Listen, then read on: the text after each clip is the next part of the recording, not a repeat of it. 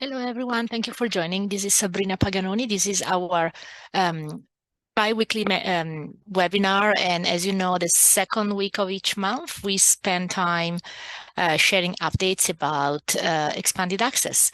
And that's a topic that I know is on many people's mind. And so because of that, or the request that we got from people living with ALS, we now have a webinar dedicated to EAPs once a month, again, the second week of each month. So if we can go to the next slide. Again, this is our monthly EAP community Q&A webinar. I do want to say remind everyone that these webinars are recorded, they're posted, the slides are available for download. We're really trying to do everything we can to communicate updates in real time. So please feel free to share both the link to this webinar registration and the slides and any material that you may find helpful to other people living with ALS and other groups that may be interested in this type of information. We're not the only ones providing EAP updates, and we appreciate the opportunity to do so in partnership with many other groups. Next slide. So we do have a dedicated webpage with several resources that's on our website. So please use the QR code and the link to go to our website. There is a specific tab dedicated to expanded access. And in addition, again, to news, newsletters, etc., there's also a section that explains what expanded access is. I do want to thank the many people who are part of our patient advisory committee that's dedicated to our EAP project. And they have done a lot of work reviewing, revising the material. There is a Q&A section that's fantastic and lots of other information that's helpful. So again, feel free to share this with anyone who may be interested in learning more about expanded access. We know that sometimes the information is not readily available at all clinics or at different locations. So we're providing this centralized resource, hoping that we can reach as many people as possible. So we thank you for helping us reach more and more people about this important topic. Next slide. And many of you have been following us for a while, so I know many of you know all about this. But for those of you who may be new, there's been really a revolution in the availability of expanded access for people living with ALS. And that change, that transformative improvement happened because of the Act for ALS law that was signed into law at the very end of 2021. And that's what allowed the implementation, design, and launch of several NIH-funded expanded access protocols that are available now at several sites. Before then, we were proud to have started, some of the first single center pilot, very, initial exploratory EAPs for ALS. That was around 2018, 2019. We then took the first steps to expand them to a small group of 9 sites that were part of the HEALEY ALS platform trial, which is a randomized controlled trial that's enrolling around the country. And we work with some of the initial sites to pilot in 2021, 2022, some EAP experiences at those sites as well. That was foundational. That was important for us to learn how to run EAPs. But then, most importantly, again, when the Act for ALS was signed, that allowed not only us, but also many other colleagues in the community to bring EAPs to a whole new level. And so since 2022, there's been a number of new NIH-funded EAPs, and I want to kind of very briefly review them. The first one that was funded was in 2022 at 25 sites. That was the Trialos EAP. And again, just by point of comparison, before then, really EAPs were very small and only limited to a very small group of sites. And Trialos was the first one that was available at 25 sites. That program has now ended. Now, I will review the status of the other programs that are still open. And so specifically the Pridopidine and RAPA and CNMAU8 EAPs were funded in 2023. And so they are available at 45, 10, and 8 sites respectively. We'll go over them. And then really excited that now we have a new NIH NIH-funded EAP that was announced in late 2024. That's the Ibudilast EAP that is not enrolling yet, but very excited that that study will be up and running soon. I'm not personally involved with that study, but really happy to be in close contact with Dr. Orkerson, who will be a speaker on this webinar series very soon. So for updated news on this new EAP, that kind of brand new EAP that was just announced, you will hear from the principal investigator on this series next month. Just to kind of review what opportunities are available, we can then go to the next slide. So here I'm trying to answer a very good question that we get from people living with ALS. So if I want to enroll in an EAP right now, what is available? And so right now we have the following.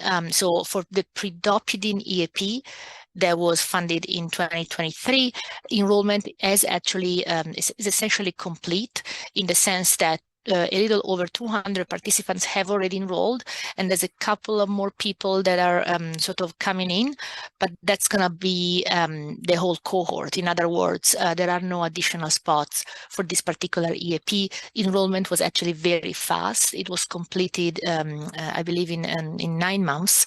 And again, we just have 2 people trickling in now, after the holidays, but essentially this program started, in 2024, started enrolling in March, and enrollment was completed for the most part in December, again, with the exception of 2 people. So this study is complete in terms of enrollment, but it's still very active, in the sense that, there's, again, a lot of participants in the program that are being followed at 32 sites across the country. Next slide. So there are other EAPs that are available. So for the CNM AU8, about 180 participants are enrolled. So please contact the sites. You can find information for every slide here. We have a QR code, so you can go on clinicaltrials.gov and find out the list of participating sites. So if you have questions about whether spots are available or not, please connect with the CNM AU8 team. I'm not personally involved with this team.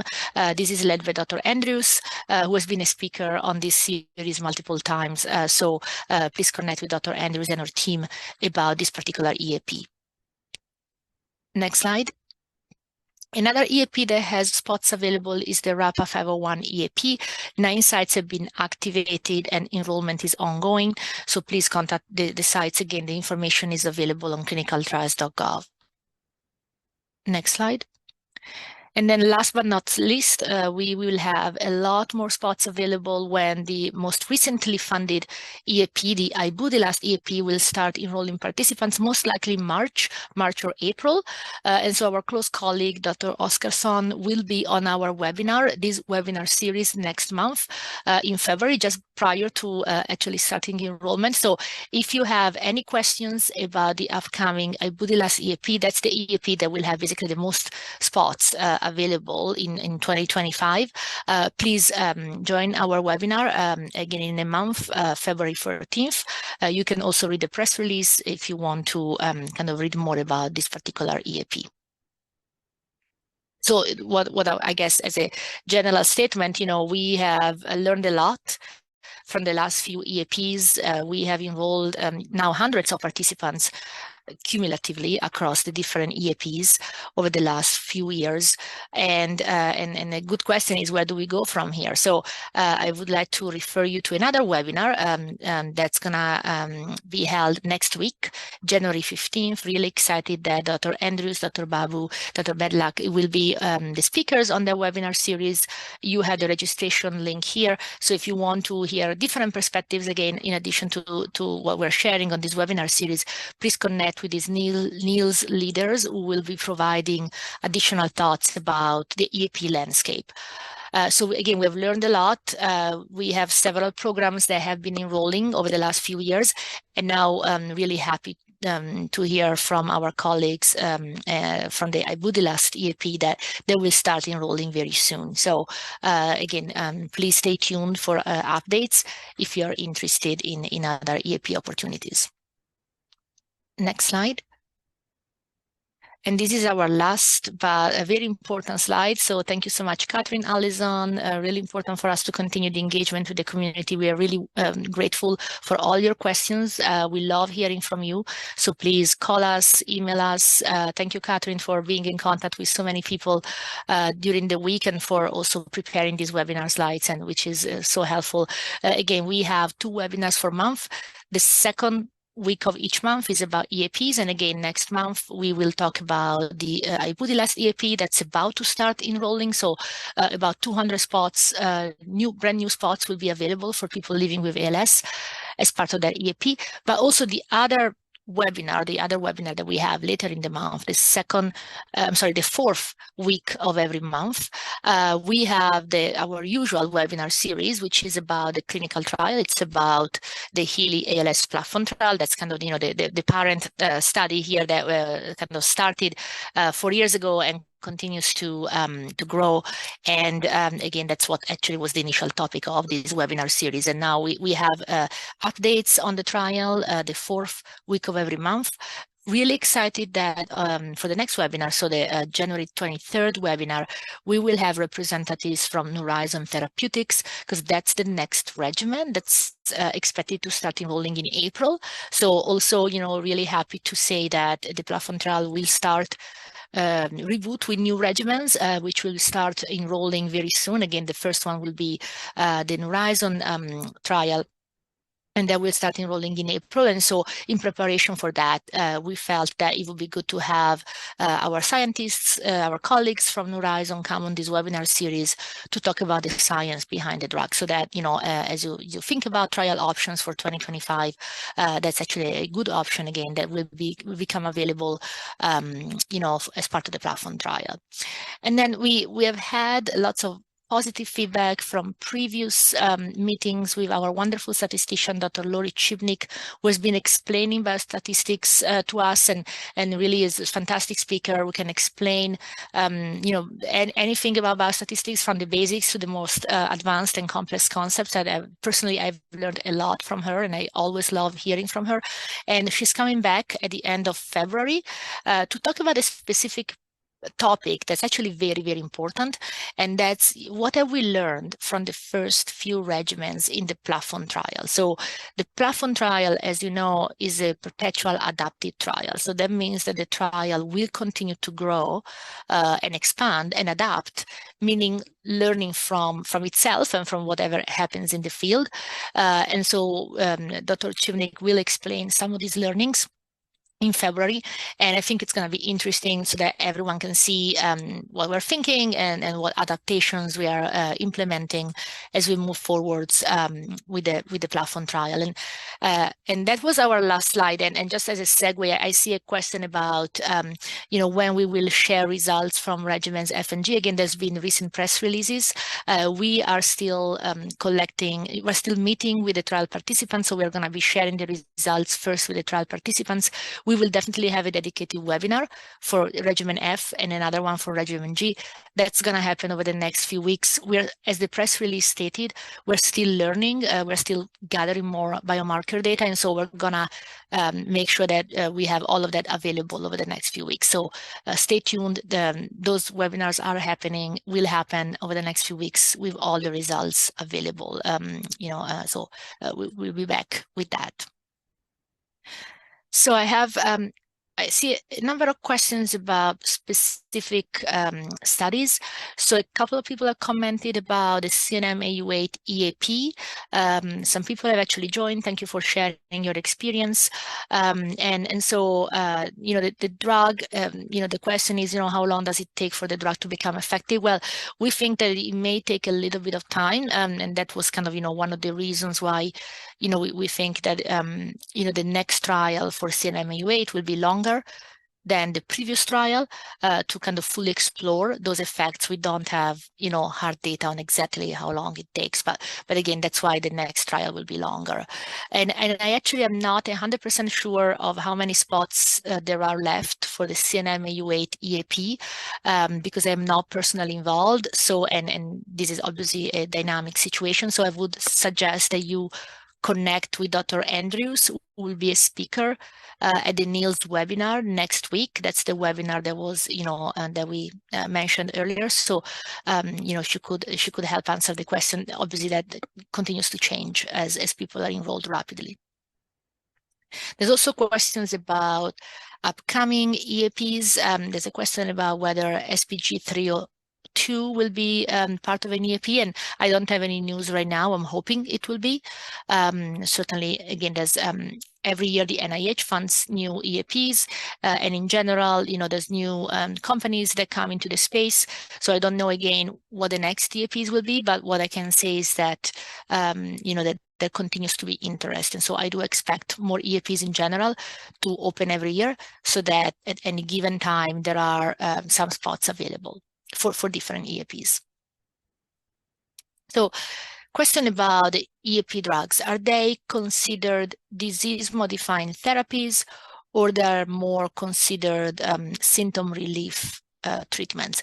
That's a great question. So, I think the ones that I've been involved with, they are under evaluation as disease-modifying treatments. So that's kind of, the hypothesis is that they may actually slow down the disease. That's why they are tested in clinical trials, and the EAPs are in parallel to that.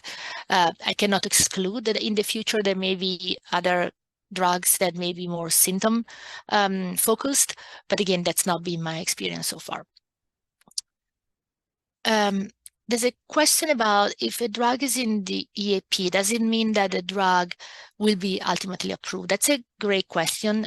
So that's actually not the case. So being in an EAP means that that drug is under evaluation at the same time in a trial. So essentially, the actual trial, the randomized control trial, will determine if the drug is effective or not. And that trial, the randomized control trial, will be the basis for FDA approval or not. The EAP is done in parallel and can provide supplemental information, will not replace the actual randomized control trial.